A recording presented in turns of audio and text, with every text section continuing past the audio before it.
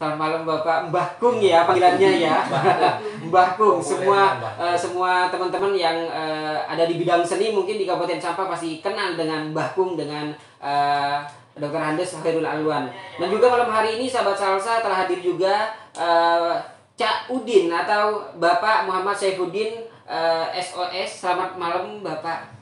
Assalamualaikum warahmatullahi wabarakatuh. Selamat malam Mas. Selamat malam ya, dan semoga berjalan dengan lancar sahabat salsa talkshow kita malam hari ini. Langsung aja deh malam hari ini ya. Mungkin sahabat salsa juga udah bosan dengan suara Jamil gitu. Pagi Jamil, siang Jamil, malam Jamil lagi. Oke, langsung kita berikan talkshow kita ke mbak-mbak yang cantik-cantik malam hari ini yang sudah bersedia hadir juga. Ada Mbak Mamruro dan Mbak Putri. Silahkan. Baik, terima kasih Mas Jamil atas waktunya. Assalamualaikum warahmatullahi wabarakatuh, sahabat salsa. Bertemu lagi dengan saya Mamruro di acara serial talkshow Pendidikan Demokrasi dan Hak Politik Netflix Kabupaten Sampang. Pada malam hari ini merupakan sebuah malam yang spesial dengan para narasumber yang hebat di Kabupaten Sampang dengan tema sisi sosial dan budaya politik. Siapa bilang demokrasi di Sampang suram? Tentu tidak, sahabat salsa. Sebelumnya saya didampingi oleh rekan saya yaitu Mbak Putri. Selamat malam Mbak Putri. Selamat malam Mbak Mas. Ya. Gimana kabarnya Mbak Putri? Alhamdulillah luar biasa. Tesis saja. Oh my god. Jangan dibahas di sini ya, sakit ini. Tesis ya. Ya Allah, semoga tetap sabar ya dan kuat menghadapi. Pasti kuat. Amin. Pasti lulus kan ya? Amin amin. Oke. Baik Mbak Putri, kita ini kedatangan sebuah narasumber yang sangat hebat di Kabupaten Sampang. Tentunya dengan Mbah Kung atau yang sering dikenal dengan Mbah Kung dan bukan seni rupa. Itu Bapak Alwan. Dan dengan Bapak Muhammad Saifuddin yang lebih familiar dikenal dengan Cak Udin, Mbak Putri. Gimana Bapak? Selamat malam Pak Alwan. Selamat malam. Selamat malam Cak Udin. Malam. Gimana kabar? Alhamdulillah baik. Alhamdulillah sehat. Ya. Perjalanan dari rumah ke Salsabila gimana Bapak? Gak ada penjagaan seperti di Suramadu kan? Alhamdulillah. Enggak ada. Nggak ada hambatan begitu ya. Ya. Langsung saja kita untuk mempersingkat waktu, kita akan membahas sisi sosial dan budaya politik. Siapa bilang demokrasi di Sampang suram? Kita akan mengorek-ngorek kenapa sehingga masyarakat berbicara demokrasi di Sampang itu sangat suram. Kita akan berbicara langsung kepada para narasumber. Ya, untuk sebelumnya ya, pastinya kan kita sebagai orang Indonesia, kita kan tahu kan ya, negara Indonesia ini dia tuh negara yang demokratis ya kan. Nah, yang mana kalau demokratis itu ketika kita memilih suatu pemimpin ataupun kepala daerah itu dipilih secara langsung oleh masyarakat. Nah, ketika demokrasi itu dikatakan baik ataupun buruk itu dilihat dari partisipasi masyarakat. Bagaimana masyarakat itu berperan serta dalam politik, nah seperti itu. Nah, ketika masyarakat berperan serta di sini, tentu kita akan mengedepankan asas demokrasi yang mana asas itu luber dan jurdil. Apa itu, Mbak? Nah, langsung saja kita kepada langsung, iya kan. Abis ini kita akan serahkan kepada narasumber. Tapi sebelumnya Mbak, Mbak tahu nggak kalau sebenarnya tahun ini tuh tahunnya Pilkades? Dengar-dengar sih gitu. Jadi saya baca di beberapa media bahwa tahun ini tuh mestinya Pilkades, tapi ternyata masih kayak ada simpang siur gitu lah, jadi kayak belum ada kepastian kapan sih sebenarnya Pilkades. Nah, untuk itu di benak masyarakat, tentunya masyarakat pasti akan berpikir ada apa sih sebenarnya di sini. Nah, bahkan hal ini akan menimbulkan suatu polemik bahwa demokrasi di Sampang itu kurang bagus. Kurang Begitu. bagus. Heeh. Kurang bagusnya dari sisi apa? Nah, makanya ini yang akan kita bahas saat ini. Baik. Oke, untuk yang pertama, mungkin kita akan membahas terlebih dahulu dari sisi sosial dan politik demokrasi di Kabupaten Sampang. Untuk yang pertama, saya langsung kepada Bapak Saifuddin. Oke. Yang lebih dikenal dengan Iya. Cak Udin. Oh, Cak Udin. Iya. Cak Udin. Nah, untuk waktu dan tempat dipersilakan. Iya. Oke, assalamualaikum warahmatullahi wabarakatuh. Waalaikumsalam warahmatullahi wabarakatuh. Malam ini ya luar biasa, malam luar biasa karena di sebelah saya ini adalah guru Tolang ini. Oh, iya. Beliau ini yang selalu mengajari tentang substansi kehidupan dalam semua sektor. Sehingga akhir ini malam ini saya bisa bicara ini tentu berkat beliau ini.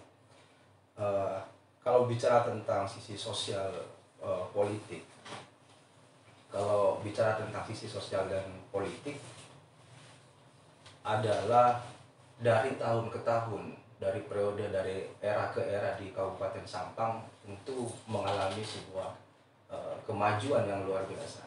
Kita ambil contoh bahwa pada era reformasi 1998, bagaimana kemudian rakyat Sampang itu menganggap kontestasi kekuasaan politik baik dari tingkat desa, kabupaten maupun Jawa Timur, gubernur sampai presiden itu dianggap harga diri. Kalau harga diri tentunya adalah istilahnya kekerasan secara fisik. Namun setelah pasca reformasi 1998, tingkat kesadaran masyarakat itu mulai tumbuh, sehingga ketika ada dua kandidat yang satu kalah, maka yang menang pun tidak terlalu memberikan terapis yang luar biasa terhadap yang kalah. Yang kalah pun juga akan menerima dengan baik, meskipun akhir-akhir ini rakyat Sampang melalui tim kemenangan di Kabupaten Sampang itu dia selalu memakai jalur-jalur konstitusional yang diatur oleh konstitusi ini, tidak memakai jalur-jalur adat yang kemudian merugikan orang banyak. Nah, inilah yang kemudian perubahan yang terjadi di Kabupaten Sampang. Namun dari sisi partisipasi juga mulai membaik, meskipun ada beberapa hal yang harus kita benahi bersama tentunya. Saya S1 di Surabaya, sekolahnya di ilmu politik, sampai kemudian melanjutkan S2 di Magister Ilmu Politik. Karena apa? Kalau pemuda apatis terhadap politik, tentu nanti yang berkuasa di daerah ini mereka yang tidak punya kapabilitas, tidak punya akuntabilitas, tidak punya visi yang visioner, sehingga rakyat Sampang akan dikelabui. Maka untuk itu pemuda khususnya sebagai regenerasi penerus bangsa ini harus melek terhadap politik. Kalau kemudian ingin ditindas, ya sudah apatis terhadap politik. Kalau ingin hidupnya selalu ditindas, menjadi kaum proletar yang dolalah tentunya, ya sehingga harusnya kita ini tidak apatis terhadap politik. Nah, dari sosial itu maka kemudian banyak organisasi-organisasi pemuda yang mencoba untuk menggiring sebuah pemikiran, rekonstruksi pemikiran politik, demokrasi dan sosial di Kabupaten Sampang semakin luar biasa. Tentunya dengan adanya organisasi seperti Netfik ini kan fokusnya di bidang demokrasi dan politik.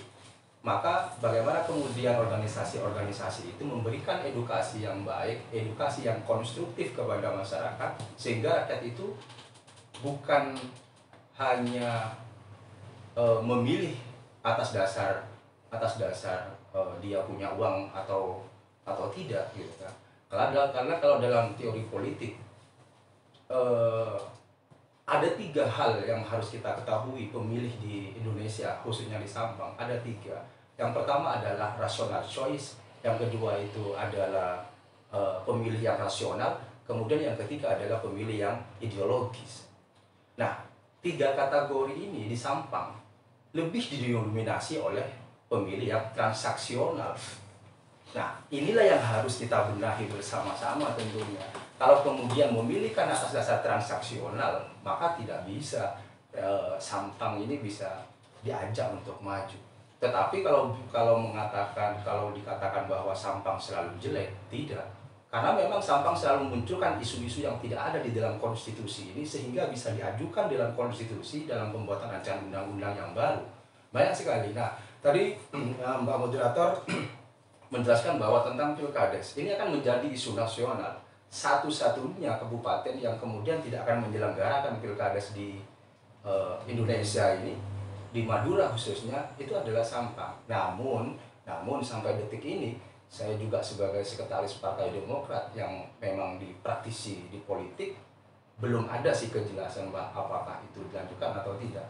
Kalau sampai kemudian ini benar-benar ditunda, maka ini akan mengalami sebuah kemunduran. Apapun alasannya. Kalau kemudian alasannya karena yuridis atau karena COVID-19, kita bisa berdebat di persoalan ini.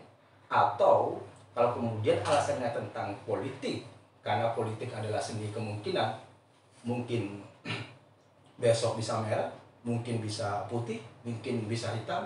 Nah, ini juga akan kita bisa perdebatkan dengan argumentasi yang konstruktif. Kira-kira itu dulu sementara. Oh ya Pak, untuk yang tadi yang transaksional itu maksudnya seperti apa? Dan kira-kira apa sih yang menyebabkan masyarakat Sampang ini masih transaksional? Ya, jadi begini. Demokrasi itu tidak bisa kemudian hanya diidentifikasi dengan pemilihan kepala daerah saja sebetulnya. Bukan hanya diidentifikasi hanya pemilihan presiden, pemilihan gubernur atau pemilihan legislatif. Tetapi Pilkades itu adalah cikal bakal lahirnya pemilihan yang lebih besar daripada itu. Kalau pemilihan Pilkades itu secara baik, maka tentunya datanya lebih baik. Apa itu disebut transaksional? Kalau lu ada uang, gue pilih lu. Katanya orang Jakarta kan begitu. Oh, money politik seperti itu ya Pak? Nah, itulah yang kemudian adanya hal-hal seperti itu. Sehingga orang-orang yang mempunyai pengetahuan neolitik yang luar biasa, maka kalau dia tidak punya visi, bagaimana? Visi. Nah, Bukan visi ya Pak ya? Jadi banyak juga masyarakat Sampang mengatakan bahwa percuma ada visi misi tapi kalau tidak ada visi. Nah, itulah tugas kita bersama untuk menyadarkan masyarakat bagaimana kemudian tidak menjadi pemilih yang transaksional. Apa sih yang menyebabkan seperti itu?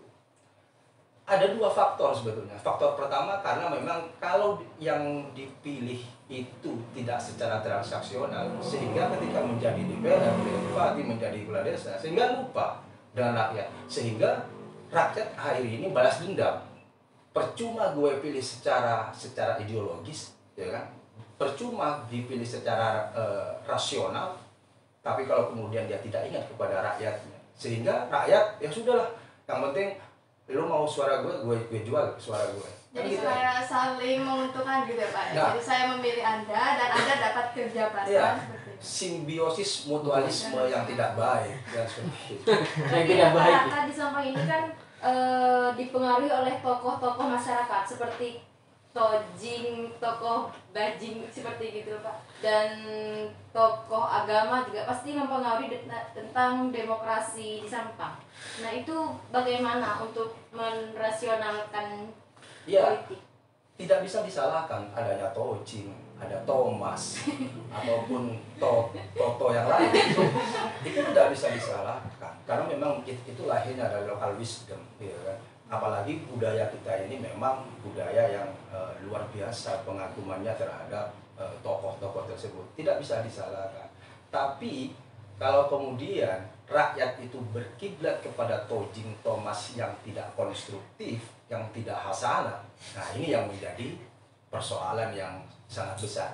Maka untuk itu Netflix ini juga tidak bisa kemudian pergerakannya secara hanya stagnan, harus mengeluarkan ide-ide atau gagasan atau penyadaran terhadap masyarakat yang lebih luas. Betul. Untuk berbicara budaya, maka tidak pas kalau kita tidak langsung bertanya kepada pakarnya. betul, ke Bakung. Gimana Bakung? Terima kasih. Assalamualaikum warahmatullahi wabarakatuh. Waalaikumsalam warahmatullahi wabarakatuh. Selamat malam kepada anak saya ini. Anak didik Pak ya. Itu sekarang jadi teman diskusi, dan alhamdulillah beliau sekarang sudah sukses. Alhamdulillah. Amin. Kemudian selamat malam kepada pemirsa Salsabila pada malam hari ini yang turut andil dalam mendengarkan talkshow pada malam hari ini. Siapa bilang demokrasi di Sampang suram? Betul. Ini tema menarik dan bagian dari tema yang membangun rasa optimis kalau menurut saya. Sehingga saya menarik untuk membahas ini, dan saatnya memang untuk tidak suram. Mengapa demikian? Banyak hal, kalau versi saya dari kajian, ya mohon maaf, mungkin bahasa saya bukan kajian budaya, karena saya bukan budayawan. Tapi saya bergerak dalam dunia seni yang bagian dari budaya. Tapi saya yakin, saya ulangi lagi, optimis itu ada, dan saatnya untuk optimis, khususnya di demokrasi di Kabupaten Sampang. Pertama yang perlu menjadi sebuah keoptimisan kita adalah, kalau versi saya pertama adalah, seringkali sekarang orang seni dilibatkan dalam persiapan pesta demokrasi. Walaupun pada akhirnya setelah selesai dilupakan. Tapi itu bagian optimis kalau versinya. Satu contoh, misalkan pada saat pra demokrasi banyaklah para calon-calon mencari orang-orang seni, misalkan mendesain poster, mendesain banner, kemudian bahkan juga ingin minta menciptakan lagu-lagu yang sekiranya mempengaruhi pemilih. Membangun Itu masyarakat. Untuk menarik perhatian masyarakat dan bisa menang. Itu bagian dari hal, kalau versi saya, kalau dulu mungkin tidak dipakai, tapi sekarang sudah dipakai. Alhamdulillah. Itu yang memberikan keoptimisan saya bahwa demokrasi di Sampang ada gejala untuk tidak suram. Itu yang pertama. Kemudian yang kedua, sumber daya masyarakat yang sudah mulai sadar akan pendidikan. Bahkan sampai calon pun juga banyak yang sarjana sekarang, termasuk pemilihnya sama-sama sarjana. Jadi kalau saya yakin, kalau sudah sama-sama sarjana, pada akhirnya dia tidak lagi seperti yang disampaikan oleh Pak Maiteri barusan, transaksional itu pada akhirnya mungkin saja akan terkikis, karena antara calon dan pemilih tingkat pendidikannya sudah mulai setara. Itu yang menjadi dasar kenapa kami merasa optimis bahwa demokrasi di Sampang itu tidak suram lagi.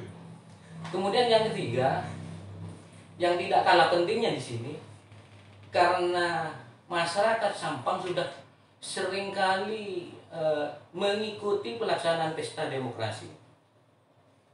Hampir saya saja mulai tahun 98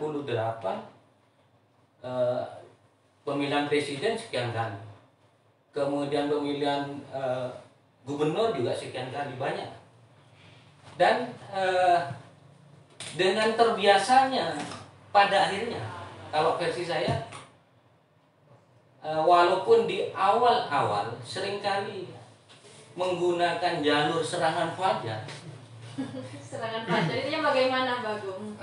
Ya, umum lah, banyak orang paham itu. Biasanya bisa mengubah pandangan, bisa mengubah siapa yang akan dipilih, tidak hitungan hari, bahkan hitungan menit.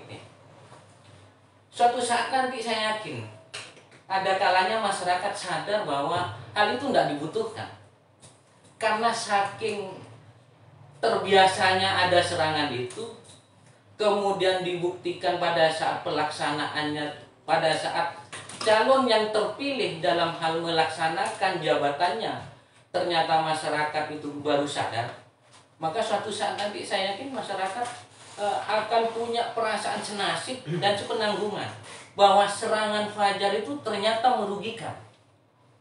Suatu saat saya yakin itu akan punya perasaan senasib karena saking terbiasanya dikibuli atau saking biasanya merasa hanya di awal-awal saja beliau menjanjikan sesuatu, pada akhirnya hal-hal tersebut menjadi sebuah motivasi untuk perasaan senasib. Karena perasaan senasib itu pada akhirnya yang bisa mengubah yang awalnya jalur serangan fajar menjadi jalur yang betul-betul demokrasi.